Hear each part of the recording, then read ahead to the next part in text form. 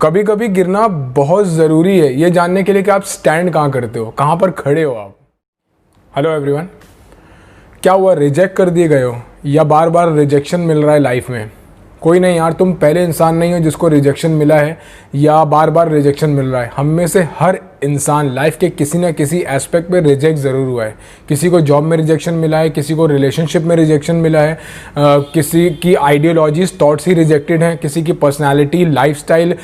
Emotions rejected हैं, या किसी के घर वालों ने तक उनको रिजेक्ट कर दिया है। ठीक है, पर अब सवाल यहाँ पर यह है कि इस रिजेक्शन को तुम किस एंगल से देखते हो, इस रिजेक्शन को तुम हैंडल कैसे करते हो। अब या तो तुम 80% लोगों की तरह इस रिजेक्शन से हर्ट होके, इस रिजेक्शन से डिप्रेस होके इन्फीरियोरिटी कॉम्प्लेक्स का शिकार हो जाते हो और फिर लाइफ की रेस में बहुत पीछे रह जाते हो, या फिर तुम उन 20% लोगों की तरह इसी रिजेक्शन से मोटिवेट होके और इसी क्रिटिसिज्म से खुद को इम्प्रोवाइज करके इसी रिजेक्शन को कन्वर्ट कर लेते हो अपने फेवर में। ठीक है, तो ये पूरी की पूरी तरह डिपेंड करता है सिर्फ और सिर्फ तुम्हारे नज़रिए पे कि ये रिजेक्शन तुम्हें कितनी चोट पहुंचा रहा है और इस चोट को तुम अपनी स्ट्रेंथ में कैसे कन्वर्ट कर सकते हो।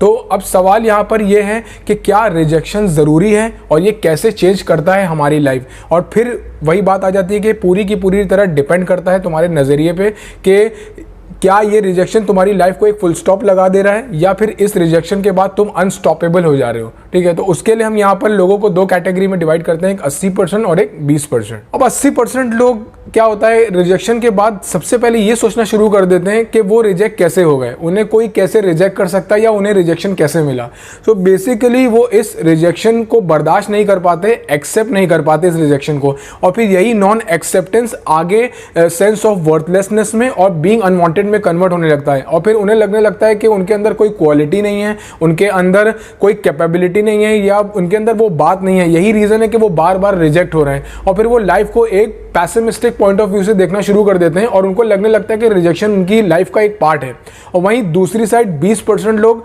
रिजेक्शन को as a learning, as a self change देखते हैं, as a disrespect, as an ego hurt देखते हैं और फिर बदल देते हैं अपनी पूरी जिंदगी, अपना फ्यूचर और लोगों का नजरिया अपने बारे में। रिजेक्शन को अपनी ईगो पे, अपनी सेल्फ रिस्पेक्ट पे लेना बहुत जरूरी है कि इसने मुझे रिजेक्ट किया तो अब मैं इसे दिखाऊंगा कि मैं क्या कर सकता हूं, मैं अपनी लाइफ में क्या कर सकता हूं, कितना कैपेबल हूं मैं, क्या क्वालिटीज है मुझ में। क्योंकि जब तक तुम ऐसा नहीं करोगे, जब तक रिजेक्शन को अपनी ईगो पे, अपनी सेल्फ रिस्पेक्ट पे नहीं लोगे, तब तक तुम्हें वो फ्यूल, वो किक नहीं मिलेगा, वो रीजन नहीं मिलेगा अपनी लाइफ को बदलने के लिए। और हाँ, तुम्हें रीजन समझना होगा रिजेक्शन के पीछे और उसे ऑब्जेक्टिव बनाना पड़ेगा अपने रिजेक्शन को एक्सेप्टेंस में कन्वर्ट करने के लिए। अब बात करते हैं कि क्या रिजेक्शन ज़रूरी है। हाँ, बिल्कुल ज़रूरी है और बहुत ज़रूरी है। अब फॉर एग्जांपल तुम एक एंटरप्रेन्योर बनना चाहते हो और अपना एक बिजनेस खड़ा करना चाहते हो, बट करंटली तुम्हारे हाथ में एक अच्छी सैलरी की जॉब है, सब कुछ बहुत बढ़िया चल रहा है, तुम अपने कंफर्ट जोन में हो और इसीलिए तुम कोई एफर्ट नहीं करते अपने एंटरप्रेन्योर बनने के ड्रीम के लिए। ठीक है,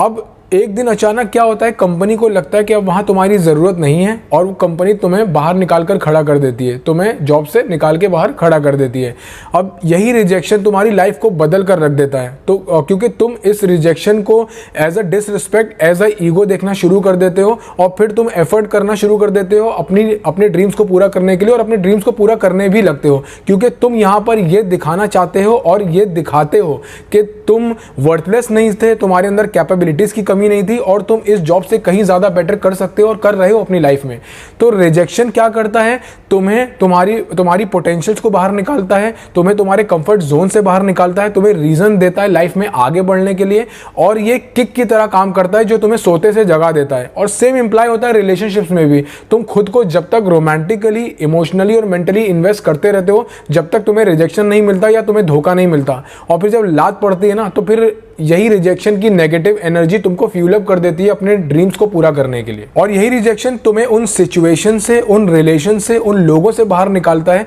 जो तुम्हारे लिए सही नहीं थे, जहां पर तुम फिट नहीं बैठते थे या लोग तुम्हारे लिए फिट नहीं थे। और फिर इन्हीं सब चीज़ों से आगे निकलकर जब तुम अपनी लाइफ में कुछ कर लोगे ना और पीछे पलट कर देखोगे, तो तुम्हें रियलाइज होगा कि अच्छा हुआ चीज़ें वर्कआउट नहीं हुई, अच्छा हुआ मुझे इस पॉइंट पे रिजेक्शन मिला, वरना आज जहां मैं हूं वहां मैं नहीं होता। ठीक है, और ऐसे बहुत सारे एग्जाम्पल हैं दुनिया दुनिया में जिन्होंने रिजेक्शन को एज अ